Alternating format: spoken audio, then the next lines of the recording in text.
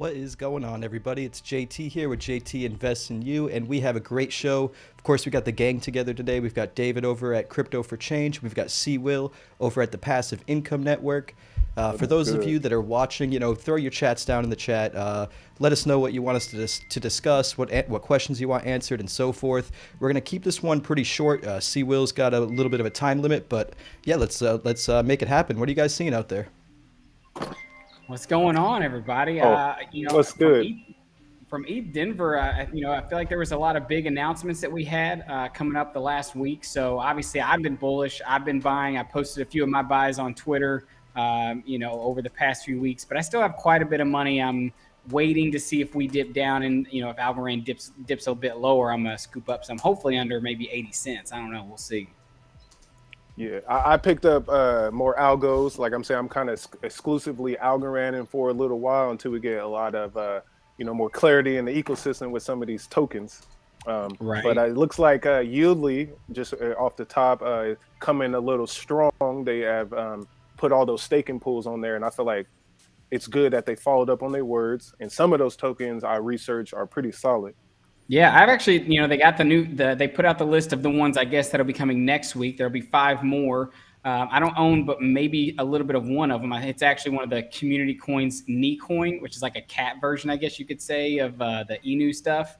Hmm. But I did think that, Weblin, when that one launched, that one was from what I remember hearing about it on Twitter, it was a pretty botched launch as far as the token, That's what getting I out. heard. Yeah.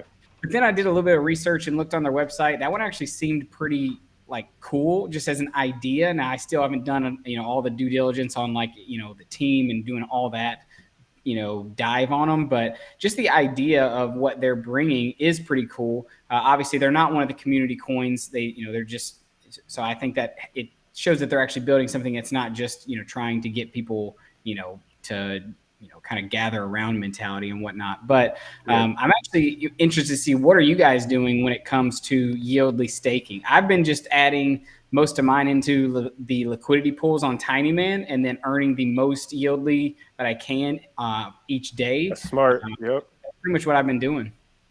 Yeah, that's how I like to play the game. Like I'm a farmer, so I farm the coins and I look for high yield. And I know for me, I look at them as short term plays because asset like Yieldly or like one of my favorites still is HDL because it's been holding up solid in price. But for something like that, for me converting the rewards over to HDL or a Yieldly is a powerful move, I think.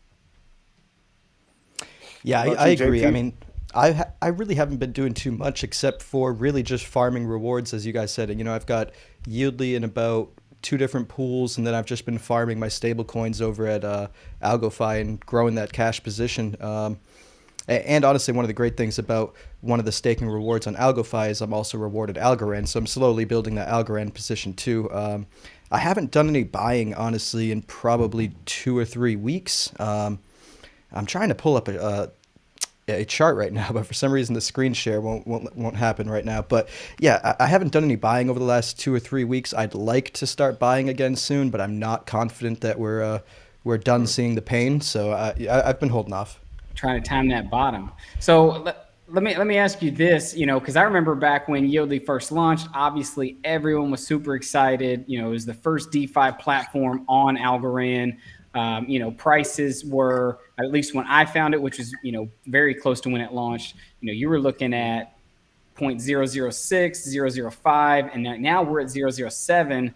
Obviously, a very different sentiment in the market where it's bearish instead of bullish, but there's still the overall, what Yieldly is doing is, and they're doing it, to what we were expecting at the beginning of January before the whole Tiny Man thing happened, and then everything kind of got out of whack, and there was more FUD with them, probably launching Yi Sports just because they were Yeah. excited about that because they couldn't really do all the pools because Tiny Man was down. So like, what is your all's thoughts right now with where we're seeing the price action? Is this a buy zone for Yieldly, or are we still like, is it going to bleed a lot more? Because it's right back where it was at the start.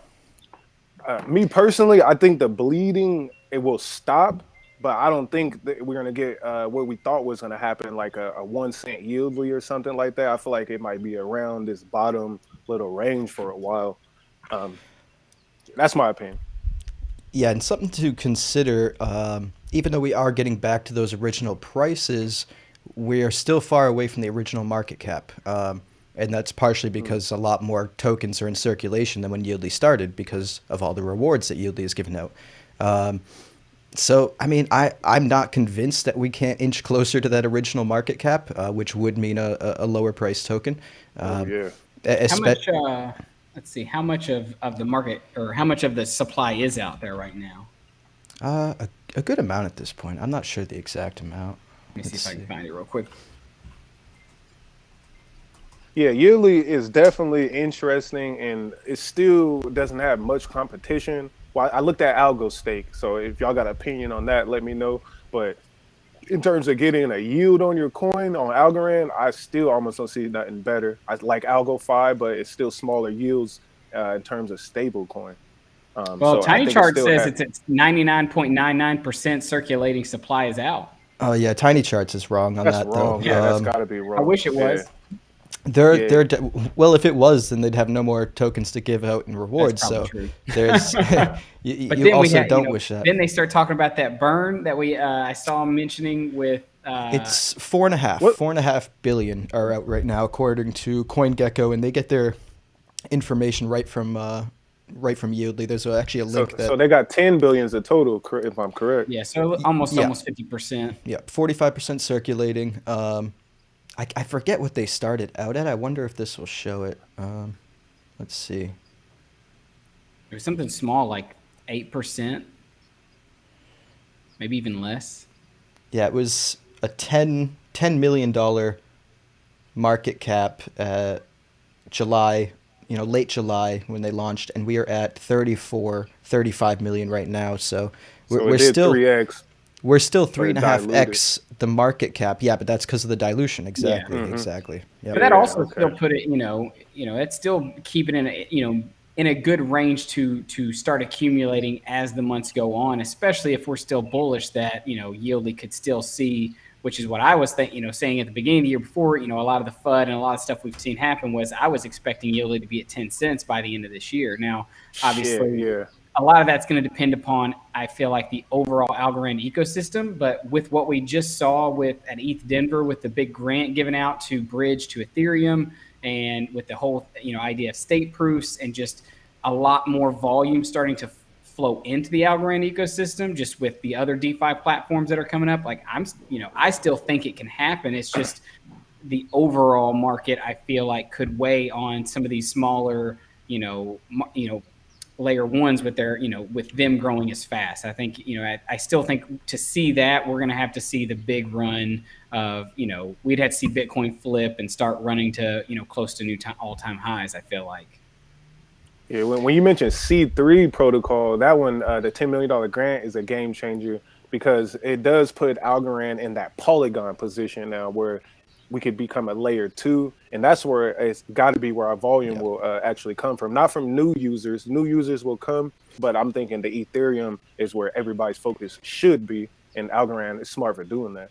Yeah. And I feel like institutions would see the, affordability, the security of it, the scalability of it, and then they would want to put more money in, because like right now they don't want to do it with Ethereum because there's too much in gas fees and all the other Yep. issues that ETH's already having. Yeah. So Yeah. Yeah, in the short term, it's a really good idea to focus on interoperability with Ethereum, at least in this way.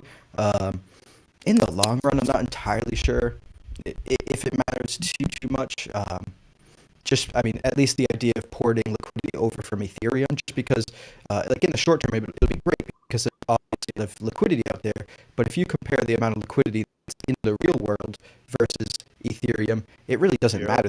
Ethereum's liquidity is a blip on the radar Yeah. compared to the Facts. potential that's out there that we could get before, ever before any of that liquidity reaches Ethereum. It could come straight to Algorand. So there's a lot more That's fish in the true. sea, I suppose you could say. I mean, and Chris Swenner of Reach put it a perfect way when he was talking about developers, because I brought up a similar point, but just regarding developers and talking about how we can pull developers from the Ethereum ecosystem. And he said, why even put that much focus on trying to grab the tens of thousands of developers that are in Ethereum when we could focus on grabbing the millions of developers that haven't even entered the blockchain space yet. And I thought that was a great Facts. point, you know? Yep. Yeah, that's actually a great truth because the space is only growing. Tech is undefeated, other than real estate. You know, the two longest standing, technologies and stuff. But damn, that's a great point. What he did bring up, smart guy. You got Scaramucci's about to finish his book hopefully soon. That'll get out and get people reading. Seeing Yeah. more good Scaramucci. things about Algorand from a perspective of someone who, it's big money, big investing money that could come in, and it already has come into the ecosystem. What tokens right now, what ASAs are you guys bullish on when it comes to the Algorand ecosystem? Are you guys just mainly obviously I know you said you're not really buying, but just with your staking on Yieldly and your yield farming and what you guys are doing, are you guys trying to collect any one certain crypto, or or ASA, or are you just, swapping everything for algo? I'm at. You go. I'll go first. I didn't realize you were No, doing go ahead. so. Yes. Fuck my I am staking particularly for Xfinite, XET. Okay. So I'm staking Yieldly for XET, and then I'm taking those XET rewards and then pairing them with any excess Yieldly I have, and then staking that in the liquidity pool. And then I'm staking any excess from there in either the XET distribution pool or just like back full circle to create, that kind of great rotation of rewards. But then I'm rolling the ultimate pile of rewards back into AlgoFi to pay off debts. So I'm not even keeping the rewards. So it's not even that exciting. Yeah. What about you two? With my loan right now, AlgoFi, I took it. I'm like trying to wait until Algorand get to $2 to $3 and make Algorand pay itself back. So that's my hope. But again, just I'm looking at. I wish Opolis was on Yieldly because that would be the one I'll still be bullish on. But only the HDL and was that the AO token? I don't know exactly what it was, but the price chart was pretty strong. The Algo Ocean, I think, is what it is. Yeah. Oh, okay, that's what it was. Yeah, I just knew the price chart. And so when with these short-term situations, I'm looking like, okay, have they been solid in the last 2 months? Because I know I'm only getting in and out. I'm not trying to, be a long-term. And Twitter helps me a lot too. I actually be scamming Twitter, like, what is everybody hyped about in Algorand? And then I'm using that as a judgment, if I can make a short-term play off of it. Well, see, but those two tokens. Yeah, I would say right now, I'm obviously most bullish on, like I said, Opulus is for sure one of them that obviously it's not on Yieldly, but as far as the ASAs go, I'm in just the ones that pay me the highest yield. And I've been swapping it every day for algo, which is about netting me anywhere between 10 to 15 algo, depending upon price and whatnot. And obviously earning more Yieldly through the liquidity pools. But one thing that I think is interesting to watch is as Yieldly's been announcing these, pools that are coming up, like they just did.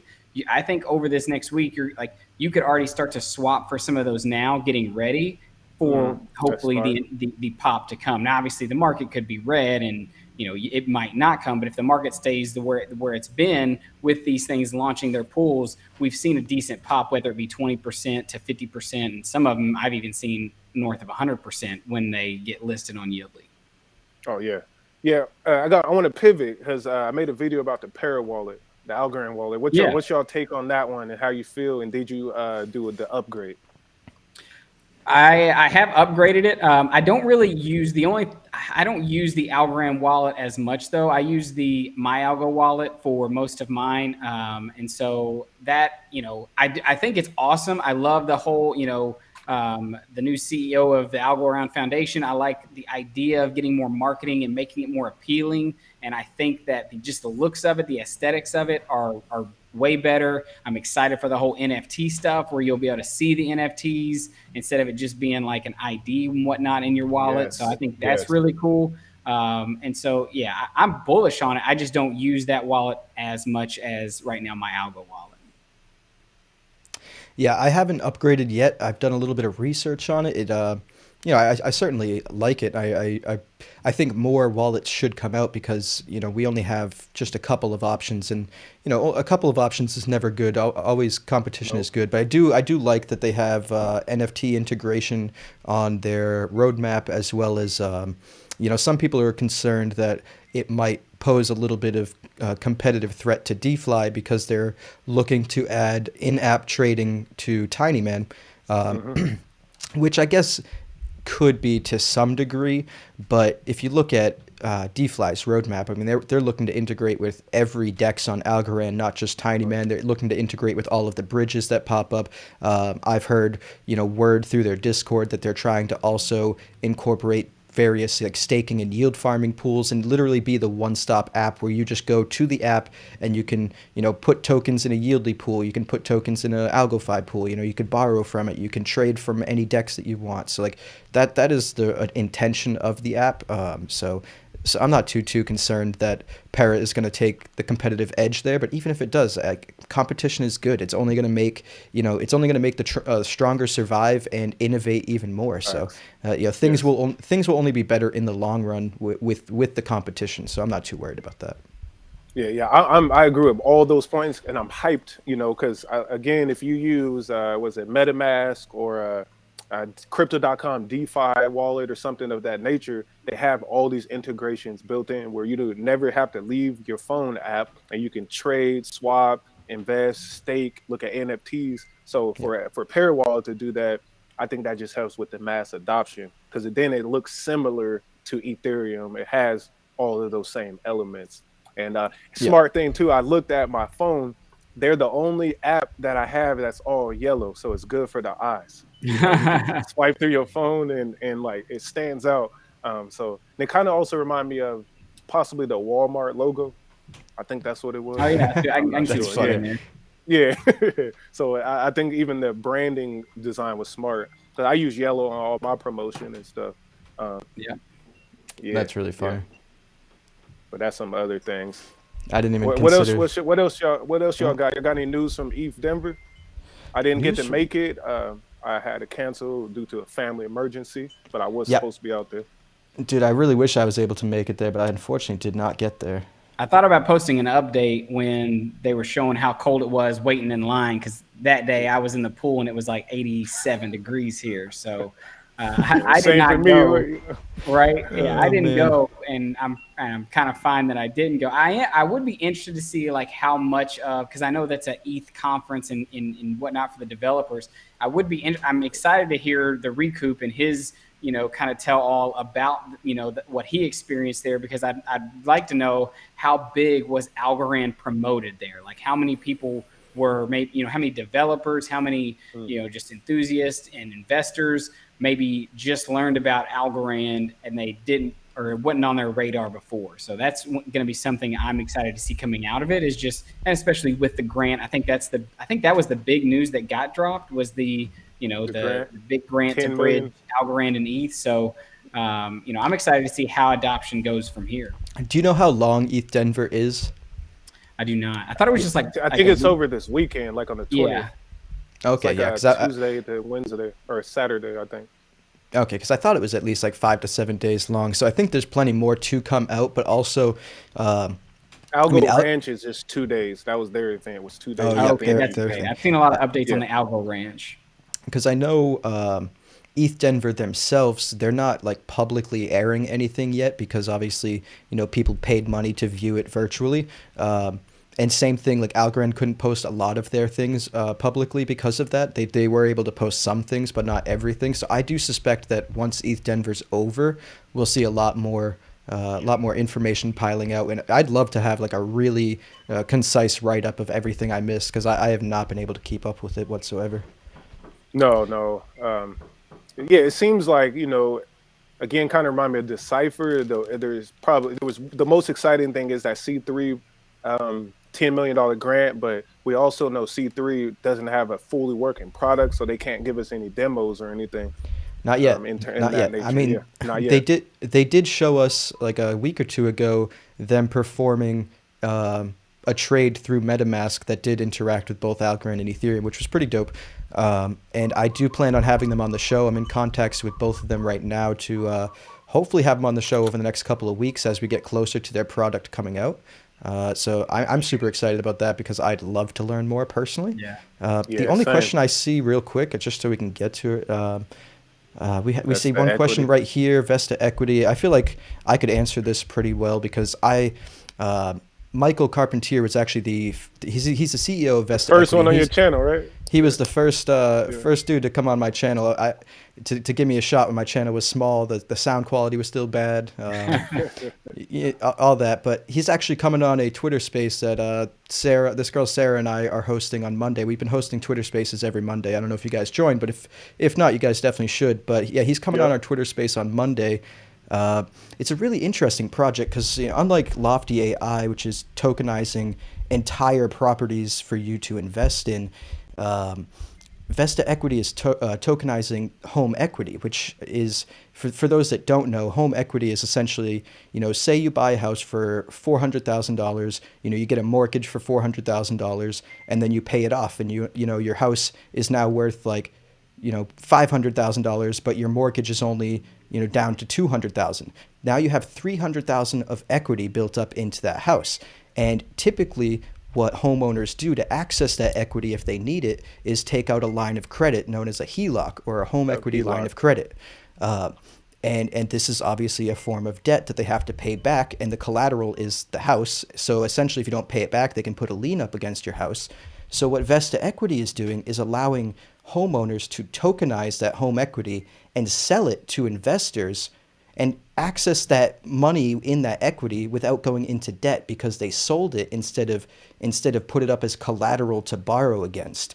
And at the end, like if you go to sell your house, say you sold 10% of your house's equity, when the home sale closes, you'd keep 90% and that 10% would go to the investors. So it's a super simple process that allows people to access the equity in their homes without going into debt. And the latest figures from the Federal Reserve is that the United States home equity is reaching about $24 trillion this year.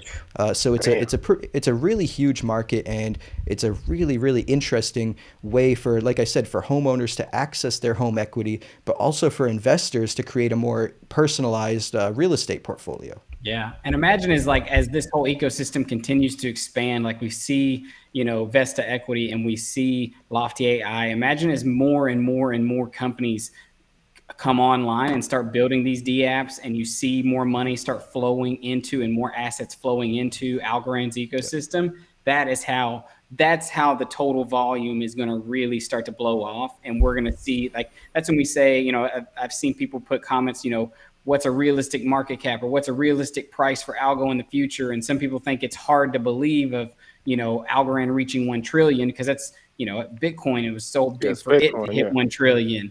And it's like, but you got to think 5, 10, 15 years down the road as more of these things come online, and I don't think it's that far out of reach.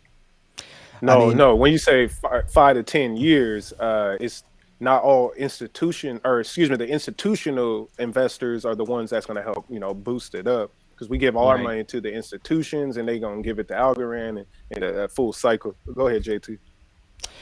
No, I was just going to say that, I do completely agree with what you were saying, David, especially because if Bitcoin could hit $1 trillion, it just makes complete sense that Algorand could, because Algorand can offer the world so much more than Bitcoin can. Bitcoin is a great store of value, but Algorand could literally power much of the financial system. And as we just said, the home equity market alone is a $24 trillion market in just the United States. And then you start adding the derivatives market, which is another 20, 30, $40 trillion market. Some estimates have it in the 100 plus. So it's like, it's at least multiple tens of trillions of dollars just in derivatives, and tens of trillions of dollars just in home equity. And that's just United States. So one country. Woof. That's what I'm saying. And that's where it's like when I've been putting out a lot of, just Twitter polls and just gauging people's, ideas of where they're at and where they think stuff. And it's like, I feel like, and I said, I've not been in the crypto markets for as long as some people have. I wasn't a Bitcoin, buyer when it first started, but there are videos you can go find of people thinking, obviously way before Bitcoin was $100, that there's no way it could get there. And then when it crossed it, like the elation of people like literally live streaming and doing videos of watching that happen. And like now people are literally talking about Bitcoin being $1 million one day. Like, I really think people need to broaden their idea of what something like Algorand could be, in the future, if if everything does end up going into the blockchain space, and we start seeing, the ones that are there and have the best tech, which I think Algorand does, start to take over a lot of that, volume that's out there and the money that's out there. I mean, even with a 10 billion circulating supply, when you take a global economy and you're taking down borders, I mean, there's no telling. Because like it's huge to see how El Salvador adopted Bitcoin. Like, so what is the first country y'all thinking that's going to adopt Algorand as their financial infrastructure? So that's the big question. Yeah, I think you're going to see a lot of Latin America is going to be one of the biggest. Africa and Latin America will be huge. Yeah, I mean, El Salvador's already building out some of their infrastructure on Algorand. The Marshall Islands is one of the first, in fact, I believe the first country, it's a very small country, to make central bank digital currency. Like, it's hard to actually say if it's a central bank digital currency because they don't have a central bank, but it is their government's currency running on Algorand. So I guess for lack of a better term, it's still a CBDC. It's a CB. I want to say shout out to Hulk Algorand, always supporting on there. What's up, brother? Right. So funny guy. He's great. Yes, that's dope. But just let y'all know, I got about 5 minutes. I got 5 minutes. The clock is ticking. So what's up, everybody in the chats? I mean, we seem to have a lot of people watching at this point. 29 people. I appreciate everyone that's tuning in. If you have anything you want us to discuss over the next couple minutes, just drop it in the chat. So what are you guys thinking for the remainder of 2022? What is your all's plan? Are you guys already in a accumulation phase, like with your crypto, or are you more or less waiting to see kind of the broader market, the broader world? My philosophy is this, right? Cash broke, asset rich. That's all I do. I ain't never got cash, So because I'm always working for it just to go buy some more assets. That's all I do. Yeah. See, that's funny. I mean, so I don't care. Yeah. I mostly agree, but I also feel like my strategy right now is kind of the opposite, where I'm like just focusing on building that cash position. I'm like creating different plans to increase my like different revenue streams of like cash flow. And I'm really honestly just trying to stockpile it until I feel comfortable to unload it into the market. I mean, the ultimate goal is to funnel it into the market. I'm just not gung-ho about doing it at this current second. Right. Now once you get that pile, whatever it is, maybe the market's come down enough, how are you going to funnel it in? Are you going to funnel it in through, a diversified, looking at like equity, like the tokens and buying stuff on Lofty and looking at different things like other ASAs? Or are you primarily just going to be looking at the big ones that are out there, like Algorand, and trying to ride up the next bull market? Well, I'll be honest. I don't think I'm going to stop buying Lofty AI tokens. I know a lot of people think that's a little weird because if they, if someone like me thinks the crypto market and the equity market could tank, why don't I think the real estate market would also tank? And I think it could a little bit, especially with interest rates coming up. I mean, I'm working with buyer clients right now, and they've already had their interest rate gone up like 2 different times throughout the course of looking for a house. So they're really trying to get in one and lock in that interest rate. So I feel like that could affect house prices a little bit, but we're not seeing all of the same pockets of risk that we saw in 2008, those bad subprime mortgages, people spending way too much money on things that they couldn't afford. We're just not seeing that same level of issues. So even though home prices are inflated, I don't really see them coming down that much. So for me, I'm still buying real estate tokens. When it comes to the broader market, I do have like a basket of 10 stocks that I want to get into. I do have like 2 options trades I want to time out when the time is right. And otherwise, I have a list of probably 30 cryptos I'm looking at. I'll probably get into like 5 to 10 of them, to be honest. I probably won't get into all 30. Yeah. No, I like that strategy. That's dope. Because once I get enough bag, it's definitely I'm buying. It might sound funny, but I'm buying gold. I'm buying silver, right? literally physical, and then pushing into real estate. I love the lofty token. So anything in real estate, I think is legit. And then again, more cryptos. Like I believe strongly in the cryptos. And then I, like JT said, I have some stocks that I believe are ultimate, and they will also never go down. Like stocks like Google, for example, is always a win. So yeah, diversifying into multiple asset classes, which I already do now, but I want to 10x what I'm doing.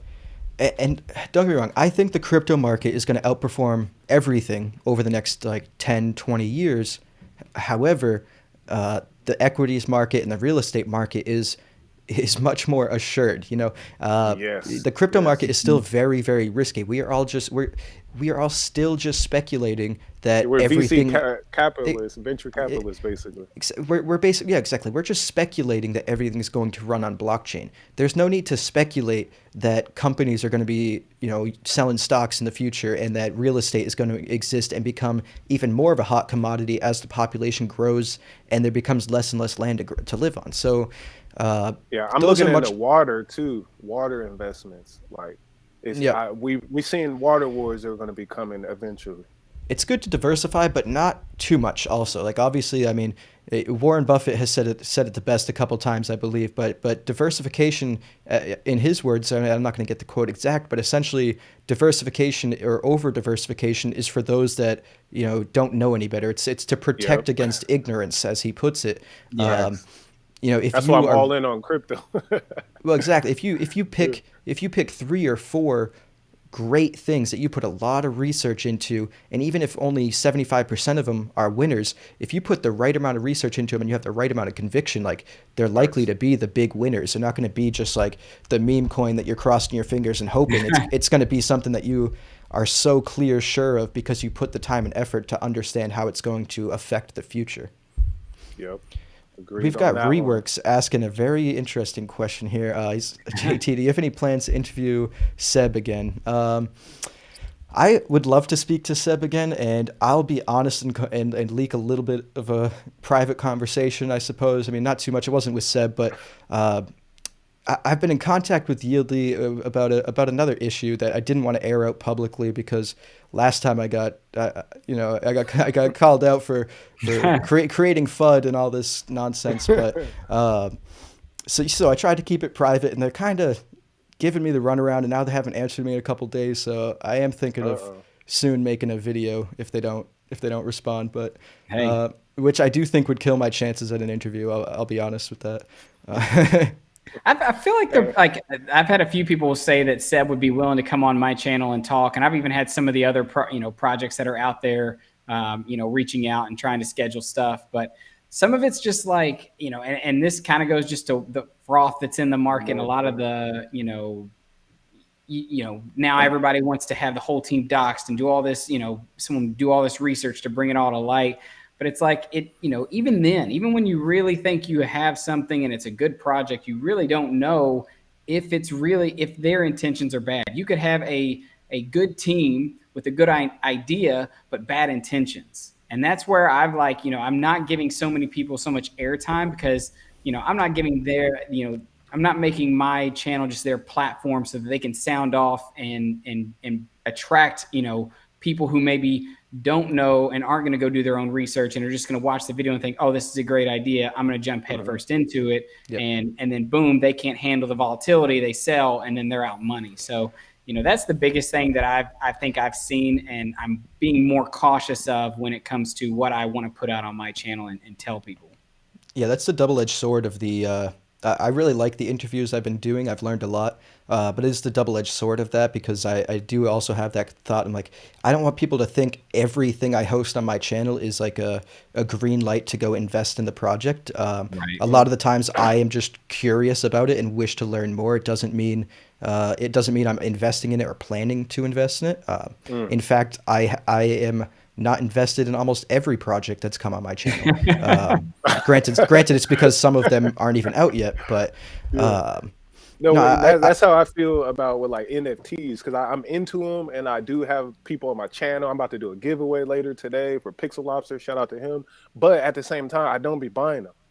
Yeah. And I keep it real to the person on my channel. I don't buy them. I have bought a few but it was a particular reason, and I always talk about it. It pays me, and I don't pay it. Yep. You know, so that's Yeah. a different situation.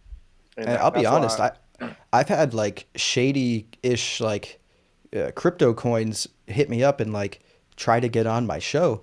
Um, Yeah. yeah, I and had some those are the shady people in my DM. ones that Yeah. I usually, I mean, not usually, I always say no to. I mean, I only have people on the show that, I mean, except I think one time, which it would actually ended up being somebody I wanted to have on the show anyway, but I've only had people on the show that I reach out to, that I'm like, I have a list of people. Where is it? Let's see. Do I have this list right here? Oh yeah, you say you do your own scheduling. Huh? Dude, look, I've got this list of guests that I want to have. Hey, And there you go. I go through, I write them down, and if something comes up that just like isn't on this list and it's not interesting and it looks like a scam, I do not, it doesn't matter. I do not have them on the show. I For feel sure. you. Yeah, I'm Oh, like, yeah. That shit funny. What they oh, say I do want to just comment on Reworks is saying no more FUD and play nice, and I'm trying, honestly. Like, I am still a big Yieldly whale, I suppose. You know, I have I'll be honest, I have like over 2 million Yieldly currently, and I didn't want to sell it. I don't want to sell it. I don't want to be bearish. I don't want to have negative thoughts towards a project that I hold a lot of. Oh hell no. So it's not like I'm trying to FUD, and that's actually part of the reason why this latest concern, I went straight to Yieldly instead of just airing it on a platform. I mean, my Twitter has over 4,000 followers now, so like I got to be conscious that if I post something there, it could cause a spiral effect. So like, Right. you know, Yep. but they're also giving me the runaround. So it's like, and in my opinion, it is something that they should bring up to the public. It is something that they should be making aware to their users of. So, and I don't want to be the one that has to do it, especially because they've already been suggested to do it by much more important people than me. Man, you're gonna have everybody in the comments wondering, like going and searching. I know trying that to shit find- funny. I know. Yeah. I'm kind of hoping this little bit of you know, conversation. yeah, it kind of leaks, and then Yieldly does the right thing and just answers it themselves. Yeah, Because because honestly, like I know what you're talking about, but it's like it's something that if they just came out and gave a good explanation, a good good reasoning, it'd be perfectly fine. But if it comes out in the wrong light, kind of like the esports thing does, like you shoot yourself in the foot by just not taking that step and doing the right thing. Leak Z talking about it's more fun than saying it. You like say it. I know. I mean, maybe though. I mean, I don't want to cause any issues. Italic Yeah, is we'll actually drop it. creator I of want to this. say keep it. this. I want to keep the peace for a little bit longer because you would know, say I do this, want to y'all, keep the make chance sure of you them research. coming back on the show. Yeah. Do your own research, Just because I'll say it, research. everything that is a concern of mine is in the public domain. So it's not like I'm holding on to like insider knowledge or anything like that. Yeah, I would say research. And you know, try to DM them yourself. You know, see if you can talk to somebody. I always say that. You don't Yeah, never even know if who you will just respond to you. Even if you just DM him and tell him to answer my question. That might work too. Everybody go DM Yieldly right now and say, "Hey, JT's got a good question. You better answer it." They know. Yeah, that's what they ignored my everyone's doing. message. Yeah, you gotta have the community do it because that's when I'm like, people are doing it for music for me, but I'm like, I haven't told anybody except right now, but tag Lee Parsons, let's set up a deal. I got this song that I'm trying to push, but yeah, that type of stuff helps. So go tag Fudsy Malone. Yieldly as well. Fudsy. Yeah, Hulk is funny on Twitter. Shout out to Hulk. Yo, Also, I mean, everybody needs to go tweet at Lee Parsons and tell him to get C-Will's songs. Get him as one of the next I got one for SNFT Tiny artists. Man. That's a slap. yeah, and tell him to finally schedule that interview with you that he said. Right? I know, right? It just kept getting pushed. I literally, at one point, I was like, Oh shit, y'all! I just gotta go whenever to you're my ready, my, dude, like, my reach devices. back out. He just kept pushing it and pushing it. We're about Yeah, to my lose device. C-Will. I got. All right. Yeah, we about to lose me. I'm about to be gone. Or we can close it out either way. Got like Yeah. 3 All right, minutes, we're 2 gonna minutes. wrap up, everyone. I appreciate everyone that came into the chat and had a nice discussion with us, and everyone that watched to the end. Yeah, and we'll catch you in the next one. Appreciate it. And shout out to See everybody. everybody. Peace.